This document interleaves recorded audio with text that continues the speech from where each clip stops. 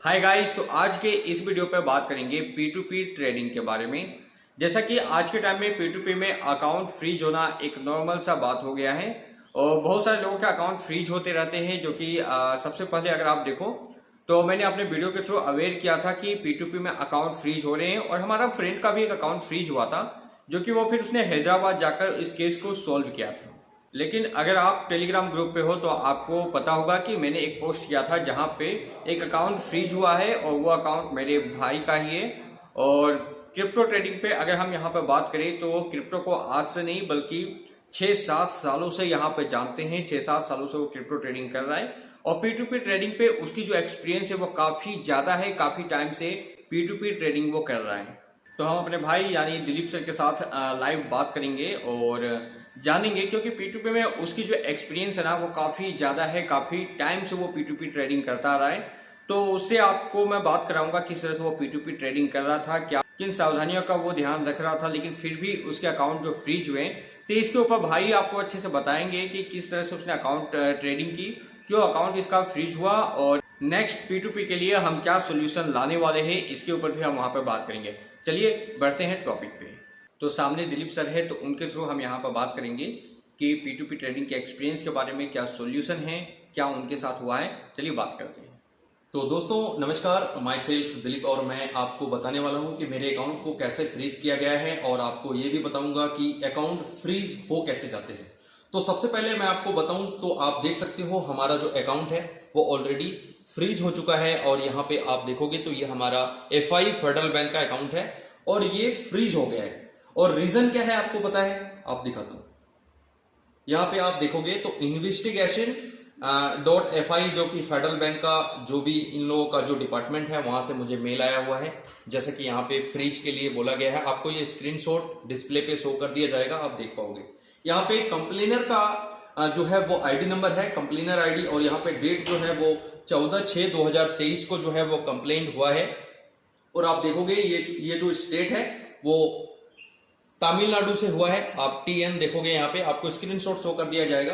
तो यहाँ पे तमिलनाडु से जो है अपना अकाउंट जो है वो फ्रीज हुआ है और यहाँ पे मेरे जो अकाउंट में वो 10,000 रुपीज थी और मैंने इससे पहले P2P में ज्यादा ट्रांजेक्शन ना करते हुए मैंने 10 से 15 ट्रांजेक्शन किए थे, जो कि ये बहुत कम ट्रांजेक्शन होते हैं। इससे ज्यादा मैंने करा भी नहीं था, क्योंकि इससे पहले मैंने आज से 4-5 सालों से मैं P2P कर रहा हूं और P2P में मुझे एक भी सिंगल प्रॉब्लम कभी नहीं आया है। और यहाँ पे मात्र 10-15 ट्रांजेक्शन में ही मुझे ये 4 महीने के दौरान मेरे अकाउंट को फ्रीज किया गया और मुझे मेल आया हुआ है कि आप डायरेक्टली जो साइबर क्राइम के ऑफिसर है उन लोगों से कांटेक्ट करो। तो यहाँ पे मैंने कांटेक्ट भी करा, लेकिन कांटेक्ट करने पे हो क्या रहा है, वो लोग बोलते हैं लोकल साइबर क्राइम विजिट करो, और लोकल में भी जब हम जाते हैं तो वहां पे हमारे प्रॉब्लम को सॉर्ट आउट नहीं किया जाता। वो बोलते हैं वहां पे कांटेक्ट करो। तो ये कुछ एक्सपीरियंस थे दिलीप सर के। अब मैं जानना चाहूंगा कि जो अकाउंट आपके फ्रीज हुए वो कब फ्रीज हुआ, कब कंप्लेन आई और कब आपको मैसेज मिला कि आपके अकाउंट यहाँ पे फ्रीज हुए। ये जो मुझे मैसेज आए हुए थे आप देख पाओगे, ये लगभग 2 दिन पहले, और जैसा कि ये डेट मैं आपको बताऊं तो ये 27 जून को मेरे पास मेल आए हुए थे, जैसा कि FI फेडरल बैंक के अकाउंट की तरफ से, और मुझे बताया गया कि आपके अकाउंट जो है फ्रीज हो गए। मैंने कस्टमर केयर में भी बात किया, कस्टमर केयर की तरफ से ये बोला जाता है कि आपके अकाउंट को फ्रीज किया गया है, अनयूजुअल एक्टिविटी। जैसा कि आप देखोगे मेरे बैंक अकाउंट पे ऐसा ही लिखा हुआ है, account frozen due to unusual activity, ये रहा। तो एक्चुअली ये मैंने बैंक से भी बात किया कि आप डायरेक्टली मेरे बैंक अकाउंट को कैसे फ्रीज कर सकते हो, आपके पास क्या अथॉरिटी है, आपने सामने वाले जो कंप्लेनर है उनके डिटेल्स आपने क्यों नहीं लिया।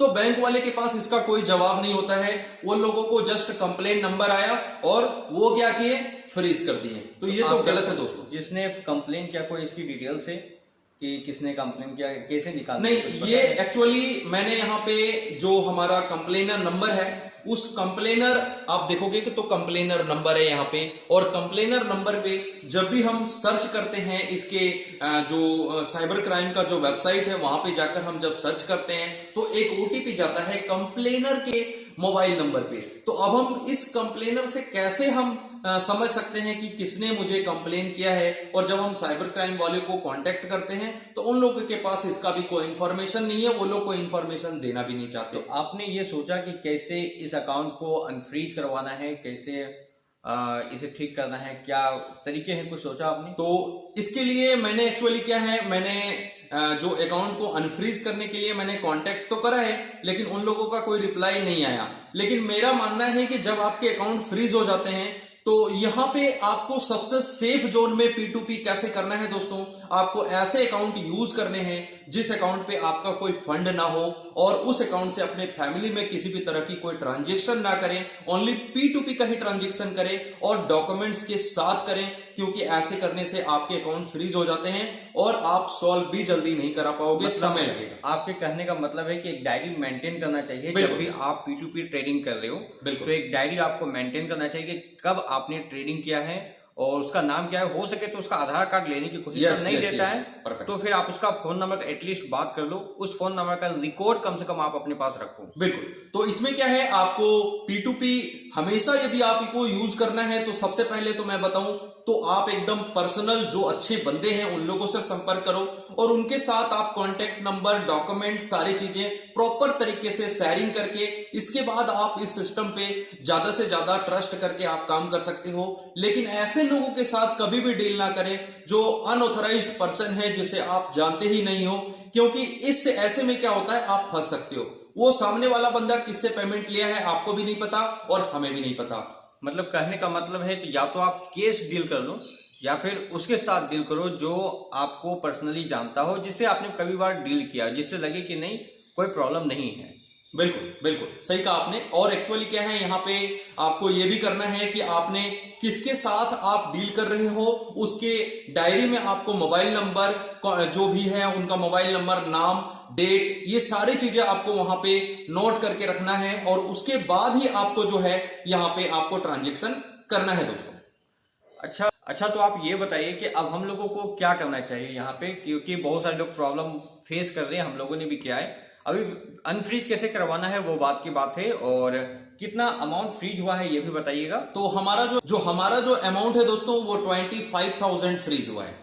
ओके, तो अब ये बताइए कि हम लोगों को इसमें क्या करना चाहिए, कैसे इस प्रॉब्लम को सॉल्व करना चाहिए और कैसे एक सेफ माहौल बनाना चाहिए जहां पे हम लोग यूएसडीटी बाय सेल कर सके बिना प्रॉब्लम। बिल्कुल बिल्कुल। तो दोस्तों इसमें मेरे पास एक सबसे बेहतरीन तरीका है और सबसे बेहतरीन सेफ जोन में हमें ट्रेडिंग करने का, और हम हमेशा P2P क्या हम हमेशा बाय सेल कर सकते हैं और वो भी एकदम सेफ एंड सिक्योर। मेरा मानना है यदि मैं आपसे ट्रांजैक्शन करता हूं, आप मेरे से ट्रांजैक्शन करते हो, तो हमारा डॉक्यूमेंट्स भी आपके पास होना चाहिए, चाहे वो ड्राइविंग लाइसेंस हो या आधार कार्ड या पैन कार्ड, कोई सा भी एक डॉक्यूमेंट्स हम आपस में शेयर करके एक अच्छी कम्युनिटी बनाकर हम यहाँ पे ट्रेडिंग कर सकते हैं दोस्तों। और यहाँ पे एक लॉन्ग टर्म एक अच्छी रिलेशनशिप बिल्ड करके हम यहाँ पे एक अच्छा बाय सेल करके हम एक अच्छी रिलेशनशिप क्रिएट करके हम एक लॉन्ग टर्म तक ट्रेडिंग कर सकते हैं, जिसके लिए आपको एक नए व्हाट्सएप का ग्रुप जो कम्युनिटी लिंक है वो आपको डिस्क्रिप्शन पे मिलेंगे, और इसके अलावा आपको टेलीग्राम में भी शेयर कर दिया जाएगा।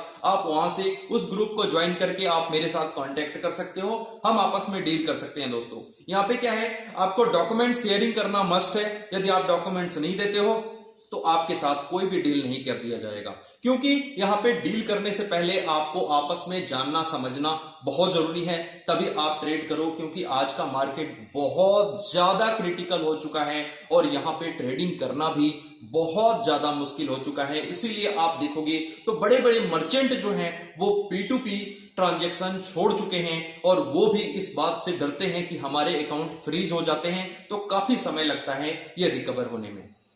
तो थैंक्स दिलीप सर का, जिसने अपनी जो भी एक्सपीरियंस थे उसने यहाँ पर शेयर किया है।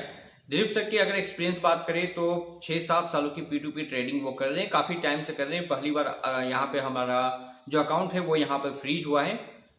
तो जैसा कि आपको मालूम चला कि आपको क्या करना है कि हमारी कम्युनिटी ग्रुप को आपको ज्वाइन करना है। यहाँ पर हम किस तरह से इस डील को करेंगे अगर हम समझें तो सिंपल होगा कि आपके पास हमारा भी आपके आईडी कार्ड होना चाहिए और आपका भी आईडी कार्ड हमारे पास होना चाहिए। इस तरह से हम एक कम्युनिटी बनाएंगे जहाँ पे जिसको आपको जब भी जरूरत होगी बाई सेल करने की तो आप हमारे साथ यहाँ पे कर सकते हो। तो यहाँ पर स्कैम के चांसेस काफ़ी कम होंगे, इस तरह से हम एक सेफ ट्रेडिंग का माहौल बना सकते हैं, यूएसडी बाय सेल का माहौल बना सकते हैं। आने वाले टाइम पे हो सकता है तो इसके लिए वेबसाइट में मैं लेकर आऊंगा जहां पे आप एक दूसरे से बाय सेल करके भी यहाँ पे बाय सेल यहाँ पे कर सकते हो। एक दूसरे से कांटेक्ट करना है, एक तरह का प्लेटफॉर्म होगा। तो वो मैं आगे की सोच रहा हूँ। फिलहाल हम जो अभी हमारे पास रास्ता है वो यही है कि हम लोग आपस में ही बाय सेल करें। तो इसके लिए एक दूसरे का आईडी कार्ड यहाँ पे रखना जरूरी है। साथ में पेमेंट का जो प्रोसेस होगा वो मैं आपको व्हाट्सएप टेलीग्राम पे बताऊंगा, तो आप वहां पे कांटेक्ट करके अगर आपको यूएसडी बाय सेल करना है तो कर सकते हो। ये कुछ डिटेल्स थे P2P ट्रेडिंग के बारे में। बाकी अगर ऐसे इन्फॉर्मेशन हो तो वो मैं अपने नेक्स्ट यूट्यूब चैनल पे अपडेट करूंगा। तो मिलते हैं दोस्तों नेक्स्ट वीडियो में एक नई इन्फॉर्मेशन के साथ। तब तक के लिए गुड बाय, जय हिंद।